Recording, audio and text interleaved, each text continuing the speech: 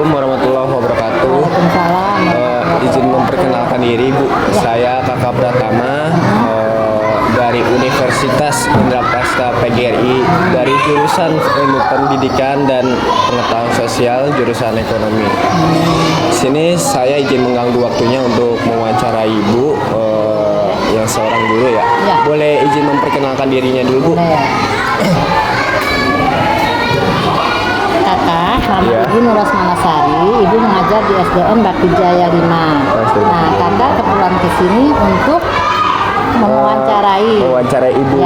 Iya. Oke, boleh silakan. Kalau boleh tahu, Ibu di sini sudah mengajar berapa tahun? Ibu di sini sudah 14 tahun. 14 tahun. Ya. Oh, udah lama berarti ya, Bu. Sudah lama. Berarti berpengalaman sebagai guru udah banyak berarti ya? Ya, 14 tahun ya. Iya. Oke deh. Ini mungkin saya langsung aja untuk bertanya 5 pertanyaan kepada Ibu. Salah satunya pertanyaan pertama di sini, apa aja sih Bu untuk aturan atau kebiasaan yang Ibu lakuin di kelas?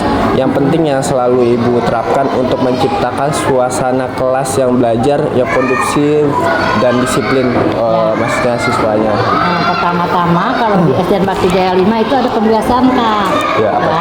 Ada pembiasaan pertama, mereka datang, lalu kita sambut, salam sapa namanya, lalu ada pembiasaan baris ke baris, nah terus juga pembiasaan rutin itu menyanyikan lagu Indonesia Raya, awalnya kita berbaris di lapangan. Itu berarti setiap hari, Bu? Setiap hari pembiasaan ya? Itu, pembiasaan anak-anak murid. Nah lalu setiap hari Senin kita upacara.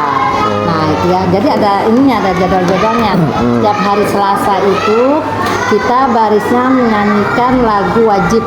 Jadi menghafal lagu wajib setiap hari Selasa itu. Jadi biar anak-anak mengetahui lagu-lagu wajib. Nah setiap hari Rabu itu kita literasi. Pembiasaan di sini ya, anak-anak SDN Bakti Jaya 5 setiap Rabu kita literasi itu membaca. Pembiasaan membaca setiap Rabu. Jadi anak-anak disuruh membaca, dia membawa buku cerita, apa yang dia baca nanti dia catat. Kalau tidak, salah satu dari murid ada yang membaca di depan, lalu dia membaca, yang lainnya menyimak. Nanti dibuat pertanyaan. Gitu. Nah kalau setiap hari Kamis pembiasaannya itu kita bahasa Sunda. Nah, karena kan kita di sini tinggal di Jawa Barat ya. Nah, jadi membiasakan bahasa Sunda dengan lagu-lagu, biasanya mendongeng atau kita nonton cerita gitu, pakai media. Nah terus kalau Jumat kita itu pembiasaannya sholat duha. Oh, sholat duha. Sholat duha. Untuk seluruh kelas atau? Seluruh kelas. Seluruh kelas ya. Kebenaran kan di sini pagi itu kelas 1, kelas 5 dan kelas 6. Ya, itu yang pagi. Nanti ada sekolah siang juga yang masuk siang ada. Nah, jadi setiap Jumat itu kita pembiasaannya sholat duha bersama. Jadi kenapa dibuat sholat duha bersama juga untuk menginikan karakter agama. Nah kalau setiap hari Sabtu kita libur. Berarti sampai hari Jumat aja ya? Sampai hari Jumat. Nah kebenaran sudah sebulan ini kita itu ada MBG. Oh MBG. Mendapatkan MBG, makanan gizi gratis. Nah jadi itu tiap hari kita lakukan buat pembiasaan di sini. Ya itu juga untuk mendisiplinkan anak-anak. Betul. Gitu. Saya lanjut untuk pertanyaan kedua ya Bu.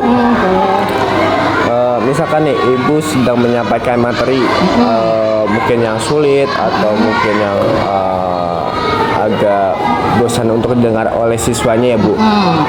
Metode apa yang Ibu lakuin untuk agar siswa itu tarik dengan pelajaran yang Ibu sampaikan? Nah biasanya kan biasanya kita guru ya memakai berapa metode, ada metode ceramah, ada metode diskusi. Nah kalau Ibu memakai di sini metode diskusi, jadi interaktif. Jadi nggak ceramah, nggak hanya Ibu ngomong aja, nggak. Jadi interaktif. Antar siswa antar siswa interaktif seperti itu.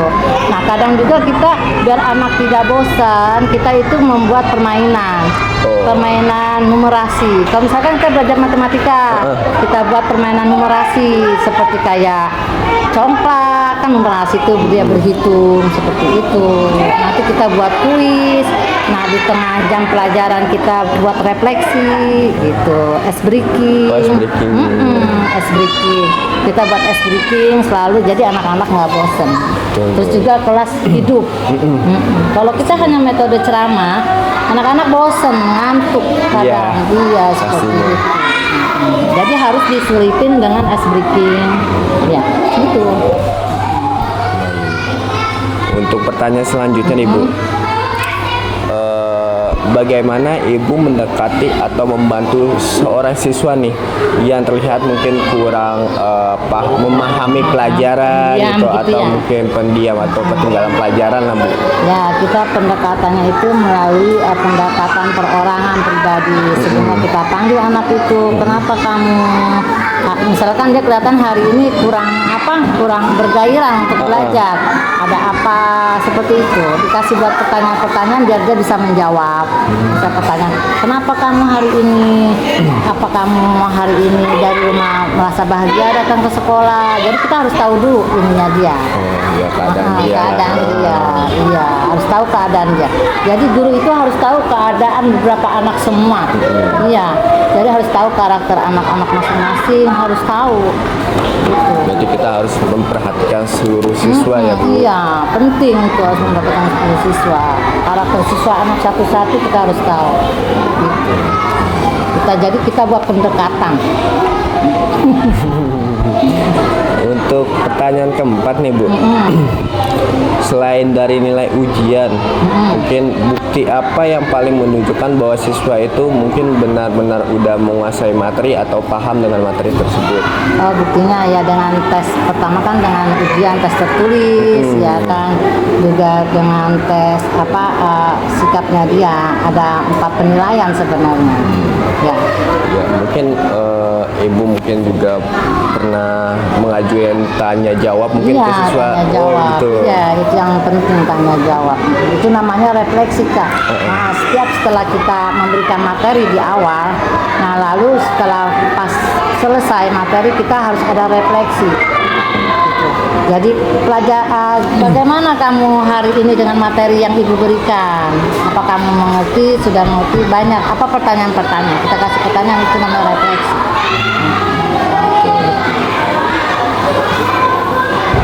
Untuk terakhir nih Bu, bagaimana Ibu berkomunikasi mungkin atau bekerja sama dengan orang tua siswa mengenai kemajuan akademik atau masalah perilaku anak mereka? Ya, terutama kan melalui kolaborasi ya, orang tua itu penting sebenarnya ya kan. Jadi seharusnya kita itu memberitahukan perkembangan anak itu kepada orang tua. Biasanya kan kita memberitahukan itu pengambilan rapot ya terakhir ya. Iya. Nah di situ. Nah seharusnya biasanya kita di sini memakai buku penghubung, kadang seperti itu. Ada tuh Bu. Ada buku penghubung dari guru ke siswa, misalnya pelajaran hari ini. Nah anak ini belum tuntas di pelajaran seperti ini, tolong diberi penguatan lagi di rumah untuk orang tuanya. Berarti Ibu laporkan mungkin ke pesan WhatsApp Ya, gitu. sekarang kan ada WhatsApp ya. Iya. Ya, gitu. Jadi misalkan hari ini, contoh ya, kakak hari ini tidak tuntas nih di sekolah untuk pelajaran ini, tolong di rumah diperhatikan lagi, dikasih penguatan lagi. Seperti itu. Kolaborasi terhadap orang tua itu sangat penting, dan orang tua pun juga harus mendukung.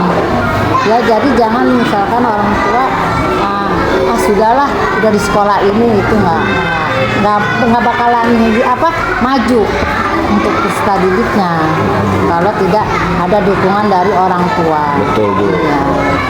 Nanti kita harus dapat dukungan dari Iya, sekolah, dari terus sekolah, di rumah juga di lah. rumah juga harus dukungan, kita guru juga harus dapat dukungan dari orang tua, bagaimana kegiatan di sekolah ini biar lancar. Kalau tidak ada dukungan dari orang tua nggak bisa berjalan gitu, seperti itu. Misalkan kita di sekolah mempunyai banyak kegiatan, sudah kegiatan tersusun rapi gitu, tapi kalau orang tua tidak mendukung, tidak berjalan.